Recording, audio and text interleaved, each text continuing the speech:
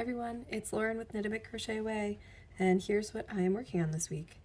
So I've made a lot of progress on my Hearthside pullover test knit for Wool and Pine Designs. I finished the whole body, I got to the bottom. I used Jenny's surprisingly stretchy bind off for the bind off. It looks great with the garter stitch. I picked up the collar around here. Use the Jenny's surprisingly stretchy bind off again over here. I still need to sew this flap down here, but it looks great.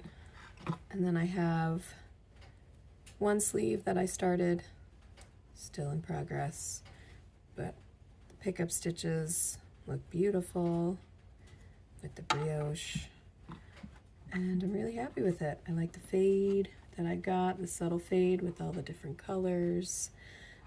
I considered trying to make it reversible. Maybe I still will,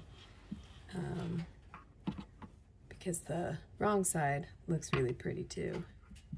Lots of dark colors with the white hidden on the back side, but really happy with it. Almost done. Still need to sew that. A really long tail so I could sew it in the back, but maybe I'll finish at least one sleeve this week. Maybe I'll finish both, who knows. I also made it to the sleeve separation on this mosaic knitting design that I am working on. I'm really happy with it. Had a really successful try on after the sleeve separation. I kept trying it on as I went, but something about trying it on after the sleeve separation really makes me feel happy, because I feel like, you know, if you're happy at the sleeve separation, you'll probably be happy for the rest of the sweater. So here's the back of the sweater. You can really see the kind of mirror design that's happening. So here you have the orange is kind of the main color and the cream is the contrast color, and then after the pattern repeat changes, you have the cream changing to be the main color and the orange changes to the contrast color, and then it keeps going and flipping back and forth. Gives you a really pretty kind of mirror inverse design. I think it'll look really pretty with more than two colors.